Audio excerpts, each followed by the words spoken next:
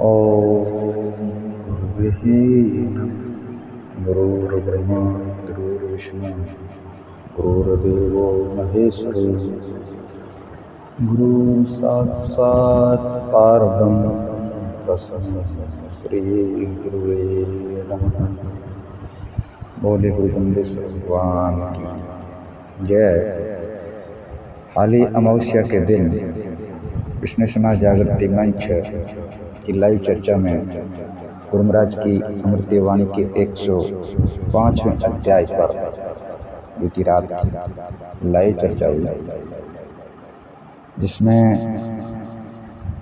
बहुत ही गहरे ज्ञानी जन एक इतना जो परमात्मा के प्रति जो गुड रहस्य है, जो सबको पता होते हुए भी उनको स्वीकार्य नहीं होता है, तो इतने ज्ञानी जनों ने बहुत ही सहज और सरल इस शब्द को जो 350 के करीब लाइव दर्शक होते हैं उनको समझाया। जानकर हम धन्य हो गए कि ऐसे ज्ञानी जन जो अपने बीच में आते हैं और अच्छे से अच्छे और सरल से सरल विधि से शब्द का भावार्थ और सरलार्थ करते हैं। तो उसका कुछ सारांश जो है वो आपको भी समझना चाहिए इस ऑडियो के माध्यम से। गुरु महाराज जम्बेश्वर भगवान 105 नंबर शब्द में जिज्ञासु को बता रहे हैं कि उस परमात्मा जिसके प्रति पूरा संसार हमेशा टिकटिकी लगाए रहता है, पूरी जो संसार की जो क्रियाएं चलती है, चाहे जो भी अनुष्ठान चलते हैं, उसमें एक ही चीज़ होती है, नाम होता है परमात्मा। वो चाहे कोई भी वर्ग हो, वो उनके तरीके अलग अलग हो सकते हैं, मगर सबको परमात्मा के सुमरन और परमात्मा के प्रति जानने की उत्सुकता हर किसी में होती है। और उसी के लिए ये सारे धार्मिक अनुष्ठान हो, चाहे क्रियाकलाप हो, जो कुछ भी होता है वो उस परमात्मा के लिए होता है। तो परमात्मा गुरु महाराज जम्बेश्वर भगवान उस परमात्मा का निर्माण कैसे है, वो परमात्मा क्या है, उसके बारे में 105 शब्द गुरु महाराज उस जिज्ञासु बता रहे हैं कि आप अलेख उपन्यास शंभु निरय निरंजन धंधुकारु आपे आप हुआ अपरंपर न तद चंदा न तद सूरु न पवन पानी धरती आकाश में। सब थोड़ा लंबा है, मैं आपको सारांश दूंगा कि शुरुआत की पंक्तियों में गुरु महाराज जिज्ञासु को कह रहे हैं कि आप अलेख उपन्यास शंभु निरय निरंजन धंधुकारु है। परमात्मा के बारे में सोचो, वो परमात्मा अलेख है, उसको लिख नहीं सकते, उसको बता नहीं सकते, उसको किसी भी तरीके से दर्शा नहीं सकते हैं। वो है उपन्यास शंभु यानी स्वतः उत्पन्न होने वाला, निरय निरंजन धंधुकार।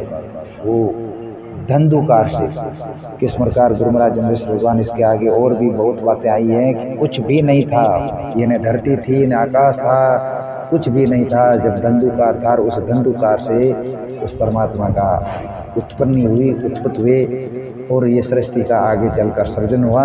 इस प्रकार गुरु जम्बेश्वर भगवान कह रहे हैं कि ये जो तुम अभी वर्तमान में जो सब कुछ देख रहे होते, ये जो धर्म को अलग अलग लोगों को बांट के जिस प्रकार से कोई चला रहा है, वो परमात्मा एक ही है, इनका मालिक सबका एक ही है, मगर ये अलग अलग हैं। तो ये अपनी ज्ञान की व्यवस्थाएं हैं। इसीलिए गुरु महाराज जम्बेश्वर भगवान बता रहे हैं कि हिंदू मुसलमानों दो ही पंथ नाई जुआ जुआ, यानी गुरु महाराज जम्बेश्वर भगवान ये भी बता रहे हैं धरती आकाश आसमान पहाड़ पवन सब कुछ इसमें आ जाते हैं, पशु पक्षी मनुष्य पुरुष स्त्री सब कुछ गुरु महाराज जम्बेश्वर भगवान कहते हैं ये कोई कुछ भी नहीं था।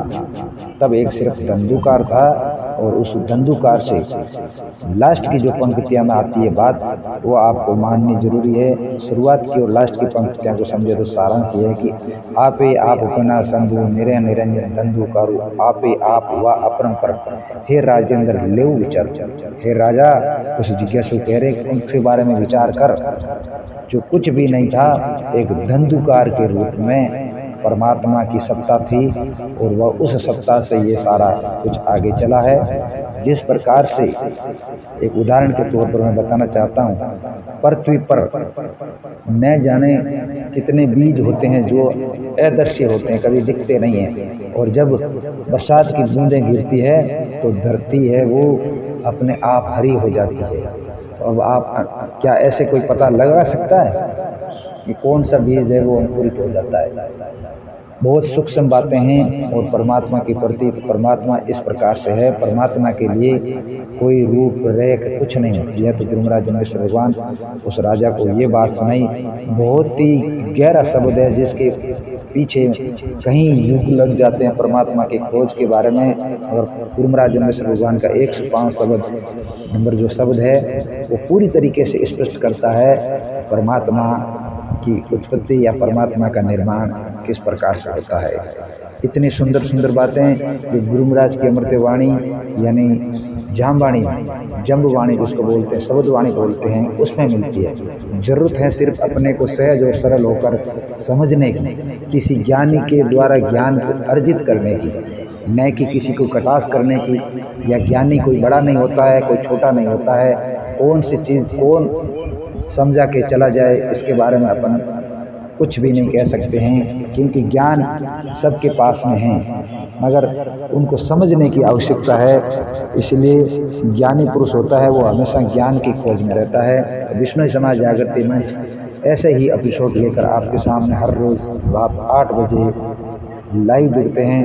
तो आप भी जुड़िएगा लाइव विष्णु समाज जागृति मंच के साथ में, जहाँ मिलेगा शब्दवाणी का ज्ञान और आध्यात्मिक ज्ञान का पूरी तरीके से विश्लेषण ज्ञानी जना के द्वारा। धन्यवाद। जुड़े रात 8 बजे विष्णु समाज जागृति मंच के साथ।